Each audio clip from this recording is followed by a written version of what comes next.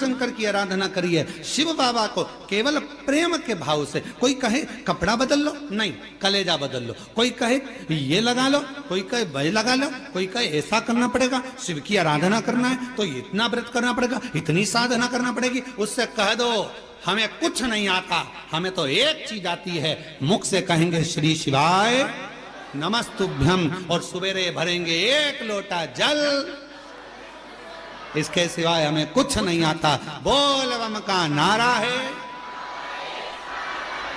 बस इतने में कल्याण तुम हो गया काम। और कभी कभी जोरदार तरीके से हार, हम ऐसा बोलते थे कि दीन बंधु दयालु दया कीजिए, जो हर हर महादेव नहीं बोले उसको उठा लीजिए।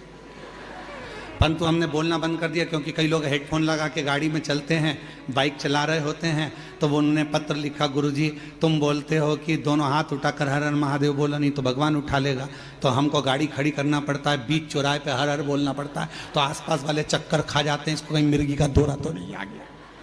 तो तुम्हारे इनके चक्कर में हमने ऐसा बोलना बंद कर, पर तुम बीच बीच में बोल सकते हार, बाबा का नाम पुकारो, तो ये दिल से पुकारो, प्रेम करुणा बस। कुबेरेश्वर धाम जब आप आया करें तो बाबा से बोला करें कि मेरे सुख में और मेरे दुख में आप सबसे पहले आओ।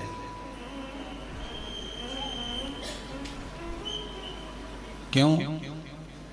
सुख में अगर भगवान आएंगे पहले और दुख में पहले आएंगे तो दोनों में लाभ आपका है। सुख में आएगा मेरा शंभु, मेरा त्रिकालदर्शी कैलाशी अविनाशी, तो आनंद पाएगा, और दुख में अगर भगवान शिव पहले आ गए तो फिर दुख वहां रह नहीं सकता, दुख वहां रहेगा। ऐसा प्रसंग शिव महापुराण में आता है कि जब दक्ष प्रजापति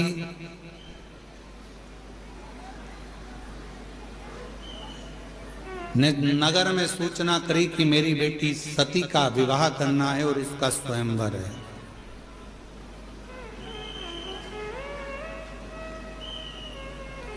सती का स्वयंवर, बड़े बड़े वीर वीर देवता आए, राजा आए, स्वयंवर के लिए पहुंचे, क्योंकि माता सती का स्वयंवर कोई साधारण बात नहीं है, और दक्ष प्रजापति की बेटी है।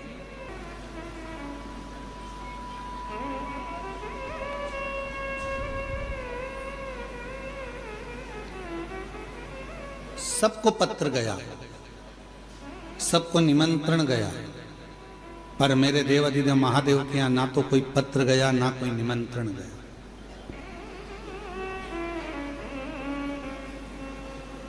और माता सती स्नेह किसको करती हैं, प्रेम किसको करती हैं? शिव को।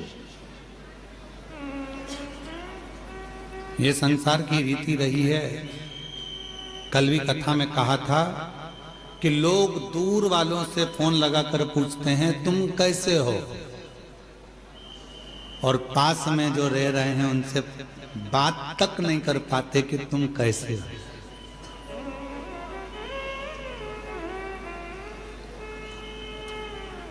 ये दुनिया की रीत है, किसी एक की रीत नहीं है, ये दुनिया की रीत है। दूसरों से जरूर पूछा जाता है आप कैसे हो कैसे हो कैसे हो, पर जो घर में रह रहा है, घर में जो निवास कर रहा है, प्रेशर खोलो बक्सों का, घर में जो निवास कर रहा है, जो रह रहा है, उससे पूछा ही नहीं जाता कि तुम कैसे हो। उसके मन की दशा क्या है, उसके मन का भाव क्या है।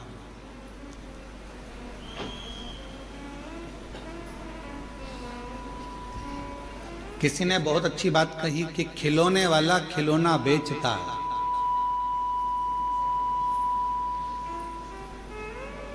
खिलौने वाला खिलौना बेचता है और पूरे गांव के लोगों को, गांव के बच्चों को खुशियां दे देता है।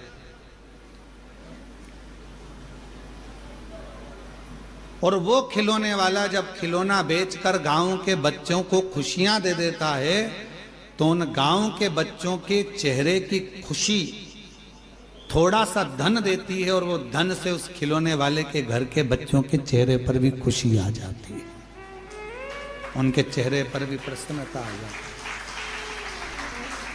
उनके चेहरे पर भी स्माइल आ जाती है, उनके चेहरे पर भी प्रसन्नता आ जाती है।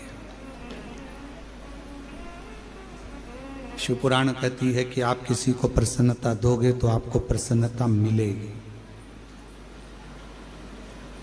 आप किसी को अच्छा दोगे तो आपको अच्छा मिलेगा।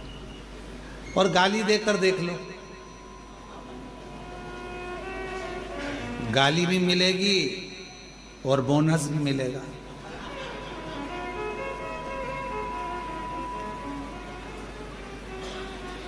हमने देखा है इसी बाबा के आंगन में, आपके मायके में ये बाबा कुबेरेश्वर बाबा के आंगन में हमने देखा है, माताएं जब भजन करने बैठती है तो ये वाली माता भजन उठाती है तो ढोलक बजा बजा के इतने में दूसरा चालू कर देता है, इंतजार करती है, ये रुकेगी ना मैं गाऊंगी, फिर वो रुकेगी ना मैं गाऊंगी, इंतजार करते, मतलब उसने भजन दिया तो ये भी भजन दे रही है, उसने भजन किया तो वो भी भजन दे रहा। धनोरा वालों की भी आपकी भी टीम आई हुई है, भजन के कुछ बुजुर्ग लोग, कोई पुरुष लोग, हारमोनियम और ढोलक यहीं के वो धनोरा वाले ही आए हैं क्या? कि कल कोई दूसरी टीम गा रही थी, कोई बाहर से आए होंगे, कोई नीला नीला कुर्ता पहने हुए और बढ़िया चंदन लगाए, हारमोनियम ढोलक और मंजीरे पे भगवान की अविरल भक्ति भजन कर रहे थे। अंदर आवाज आ रही थी, हम बड़े प्रेम से सुन रहे थे। भजन दे रहे हो, भजन मिल रहा, कीर्तन दे रहे हो, कीर्तन मिल रहा, राम राम कह रहे हो, राम राम मिल रहा, गाली दोगे गाली मिलेगी, अपशब्द कहोगे अपशब्द मिलेगा, ताना दोगे ताना मिलेगा, जो तुम दे रहे हो वो तुम्हें प्राप्त होगा। अब माता सती ने विचार करा कि मेरे पिताजी ने सबको बुलाया पर मेरे पिताजी ने नहीं बुलाया, तो भगवान देवाधिदेव महादेव को नहीं बुलाया और मुझे तो विवाह उन्हीं से करना है,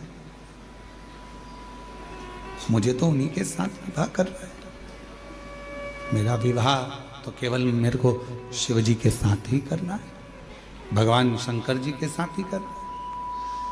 पर मेरे पिताजी ने तो बुलाया ही नहीं है, उनको निमंत्रण ही नहीं दिया है मेरे पिताजी ने तो देवाधिदेव महादेव को।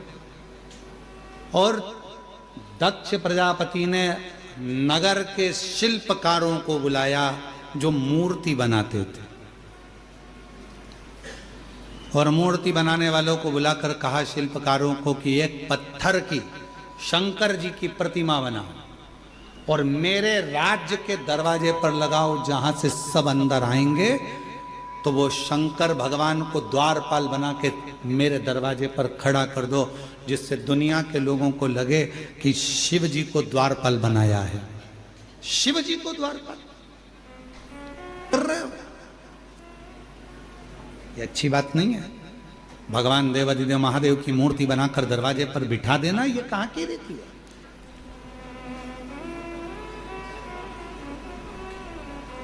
एक शिल्पकार आया, उसने समझाया, दूसरा शिल्पकार आया, उसने समझाया, तीसरा शिल्पकार आया, उसने समझाया, सबने समझाया, पर कोई समझे। इस व्यासपीठ से एक निवेदन करूं आप सबसे,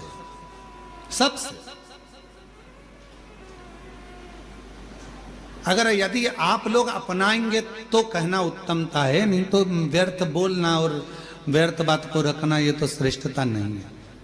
कर सकते हो क्या आप लोग जो हम बोलने जा रहे हैं? किसी के घर अब शादियों का सीजन चालू होगा और शादियों के सीजन में शादी जब होती है बड़े बड़े गार्डन में, बड़े बड़े गार्डन हैं, होटल हैं, धर्मशाला हैं, जहां विवाह होता है, जहां से लोग एंट्री करते हैं, अंदर प्रवेश करते हैं, वहीं पर अंदर आने की जगह पर भगवान की मूर्ति आजकल गार्डन वाले फिट कर देते हैं। बोलो सही है कि गलत है?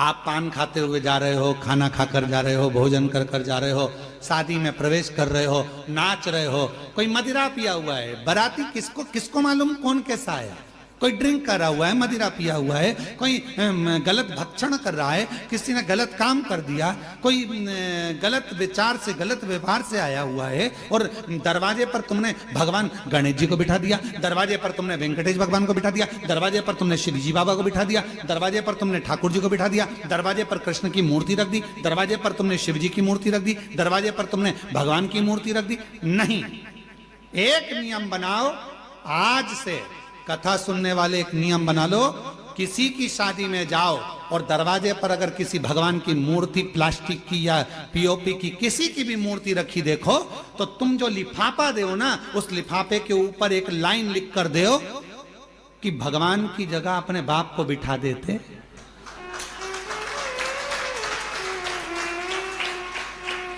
परमात्मा को दरवाजे पर तुम्हारी अगवानी करने के लिए बिठाया। यह सनातन धर्म है, यह हिंदू धर्म है, यह श्रेष्ठता नहीं है। हम अपने पिताजी को अंदर सोफे पर बिठाते हैं, हम अपने दादाजी को सोफे पर बिठाते हैं, हम अपने बुजुर्गों को अंदर घर में बिठाते हैं, आदर करने के लिए अंदर बिठा। और भगवान को तुमने दरवाजे पर लाकर बिठा दिया। कहीं गणेश जी रख दिए, कहीं किसी ने ये वाले देवता रख दिए, किसी ने वो वाले देवता रख दिए। किसी भी देवता को शादी की एंट्री में, शादी के प्रवेश में दरवाजे पर नहीं होना चाहिए। ना जाने कैसे कैसे लोग आते हैं, वहीं पान खाते, थूकते, वहीं दारू पीते, मदिरा पीते, निकल कर जाते, और हमारे देवता उनकी अगवानी करके लिए खड़े हैं। ये कौन सा नहीं, ये ठीक नहीं, गला पकड़ रहा है, ये श्रेष्ठता नहीं है, ये ठीक नहीं है। दरवाजे पर कोई देवता नहीं होना चाहिए। लिख दो लिफाफे के अंदर,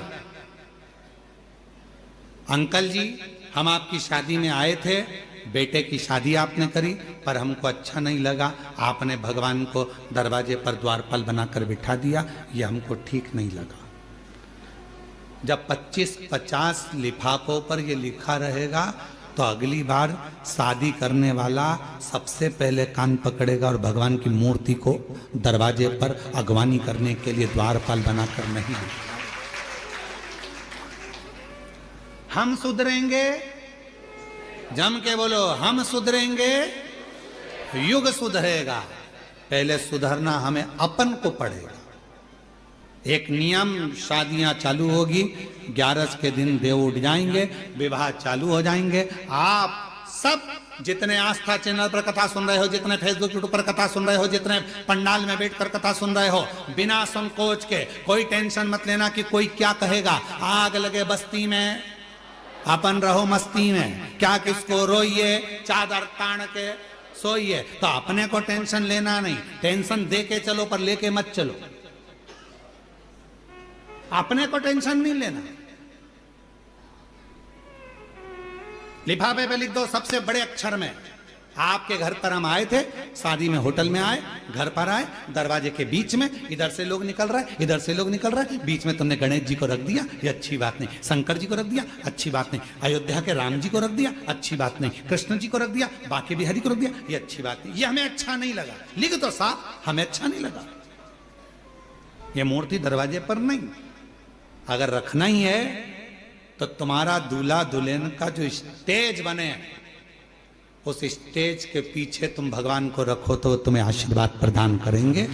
पर थोड़ा सुधार, और यदि थोड़ा सा भी हम अपनी जिंदगी में सुधार लाएंगे, हम अपने जीवन में थोड़ा सा भी सुधार लाएंगे, हम अपनी जिंदगी में थोड़ा सा भी अगर सुधार लेकर आएंगे, तो ये निश्चित है कि हमारा प्रदेश, हमारा देश सुधरेगा जरूर। थोड़ा सा सुधार। क्या करा दक्ष प्रजापति ने? शिल्पकारों को बुलाया, और शिल्पकारों को बुलाकर उन शिल्पकारों को बुलाकर शिव जी की मूर्ति, शिव जी की प्रतिमा बनवाई, शंकर जी की प्रतिमा।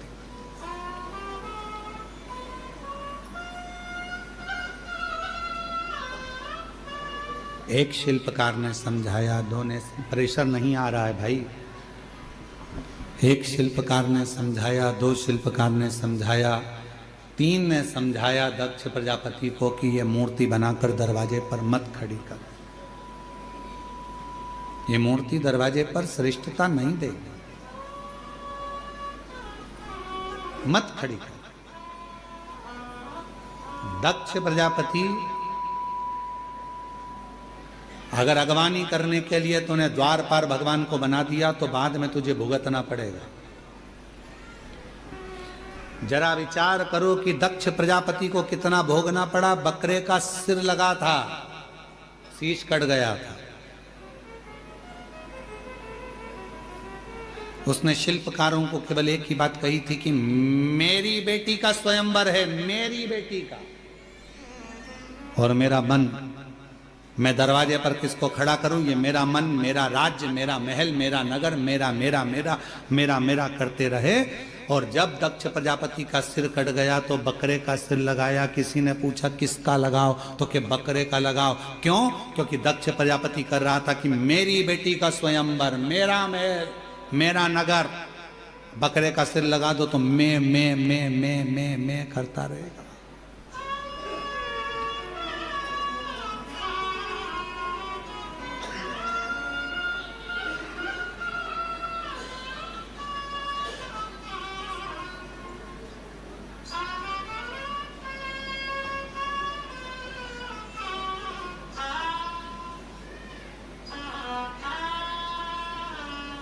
दुनिया में मैं शब्द, मेरा, मैंने करा, मैंने करा, मैंने करा, मैंने करा, नहीं।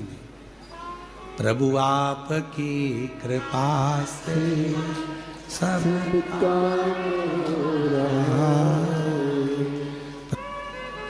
और माँ प्रसूति के पास पहुंचकर माता प्रसूति से कहा कि दक्ष प्रजापति जो ये कर रहे हैं कि भगवान शिव की मूर्ति बनवाकर दरवाजे पर खड़ी कर रहे हैं, ये श्रेष्ठ नहीं है, ये श्रेष्ठ नहीं है।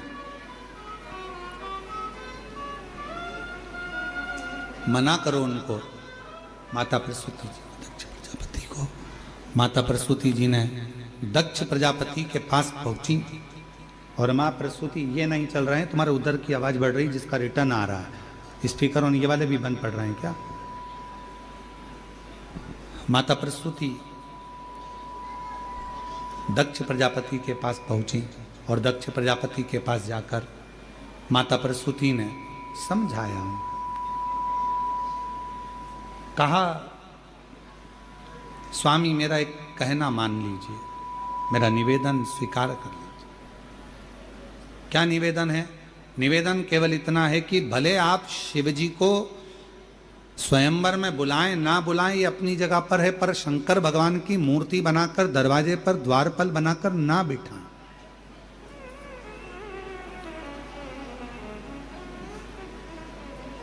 दरवाजे पर द्वारपाल बनाकर शिवजी को ना बिठाया जाए। आप बुलाएं, निमंत्रण दें ना दें, आप स्वयंवर में बुलाएं ना बुलाएं, ये आपके ऊपर निर्भर करता है, पर शिवजी को द्वारपाल ना बनाए। भगवान शंकर को द्वारपाल बनाना ये श्रेष्ठता नहीं है, आप मत बनाइए। पर दक्ष प्रजापति के भीतर, कल आपको कथा में कहा था कि अलमारी में सामान पड़ा है, शंभु शंभु शंभु शंभु शंभु शंभु। कल कथा, अलमारी के कपड़ों को खाली करना पड़ेगा। कपड़े खाली होंगे, दूसरे कपड़े अलमारी के अंदर जाकर रखाएंगे।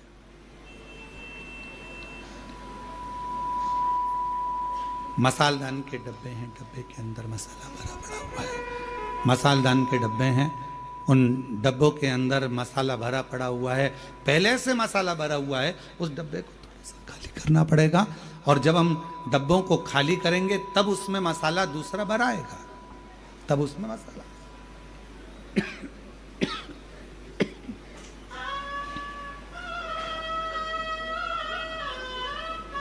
उसी तरह शिव महापुराण की कथा कर रही है, भगवान शंकर का चरित्र कर रहा है, शिव महापुराण की कथा कर रही है कि अपने भीतर